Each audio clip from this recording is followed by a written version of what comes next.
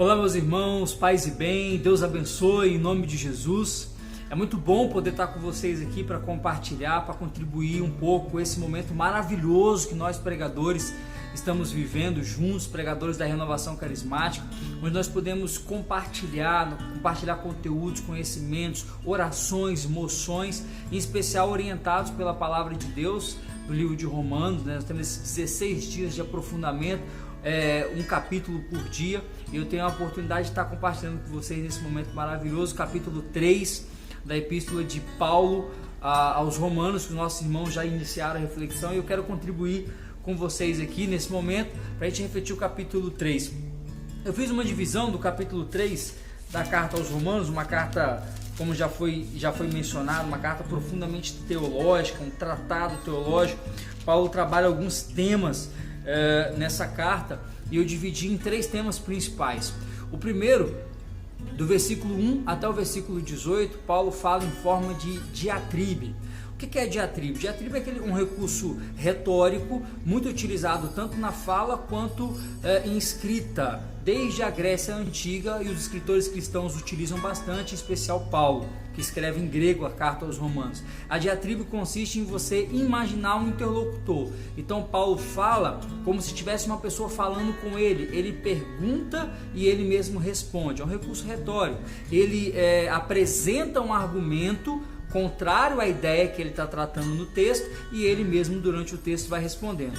De 1 ao 8 é uma diatribe que ele já vinha fazendo no capítulo 2, ele continua no capítulo 3, fazendo perguntas e ele mesmo respondendo. E o tema principal do capítulo 3, 1 ao 8 é a fidelidade de Deus. Ele começa perguntando que vantagem tem em ser judeu, e ele apresenta essa vantagem: o conhecimento da revelação de Deus, o conhecimento da palavra de Deus, que ele já havia tratado no capítulo 2.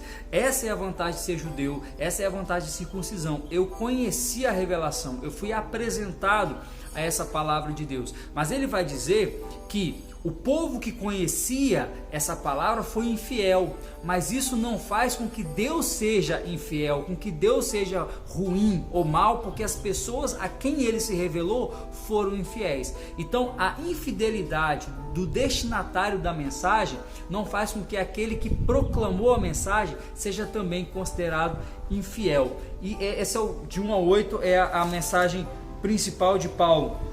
Nada, a nossa maldade ou nosso pecado jamais fará com que Deus, que revelou a nós a palavra, torne-se também mal ou pecador ou infiel, porque nós fomos. E no segundo momento, do 9 até o 20, do 9 ao 20, ele vai dizer como que nós somos todos igualados. Nós somos todos iguais, porque todos estamos sob o jugo do pecado. Todos foram encerrados sobre o pecado. Todos foram colocados embaixo do peso do pecado. Por isso todos precisam de salvação, independentemente se são circuncisos ou se são incircuncisos, se conhecem a lei ou se não conhecem a lei, se são judeus ou se são gentios. Todos são pecadores e todos precisam de salvação. Todos necessitam ser salvos. E ele faz isso citando o Salmo, né? São vários salmos que ele cita aqui, inclusive também cita o profeta Isaías, numa grande citação, do versículo 10 até o versículo 18, todos são pecadores, portanto todos precisam de salvação. E aí ele vai dizer, do versículo 21 até o 30, de que forma que a salvação acontece. Salvação acontece mediante a fé, não mediante a prática da lei. Por que Paulo está explicando essa questão de circuncisão, salvação mediante a fé? Primeiro que Paulo está respondendo uma necessidade da comunidade de Romanos. A comunidade de Romanos tinha judeus de nascença, tinham gentios, pessoas de outras religiões, pagãos, que se converteram ao cristianismo. Então tinham cristãos que vinham de bases diferentes. Paulo era judeu, fariseu, e ele conhece bem qual era o pensamento judaico. No pensamento judaico, atingir-se a salvação, agradava-se a Deus através da prática da lei. E as pessoas que estavam lá e eram gentios, que não participavam do judaísmo, eles não conheciam e não praticavam a lei.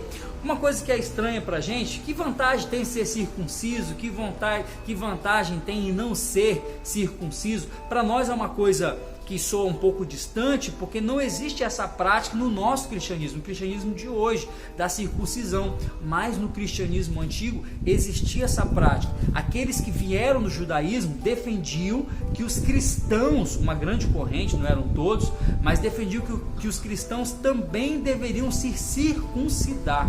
E Paulo está dizendo que se você é circunciso, se você conhece a lei, você é um privilegiado, você recebeu a revelação de Deus, legal, mas isso não é necessário para a salvação.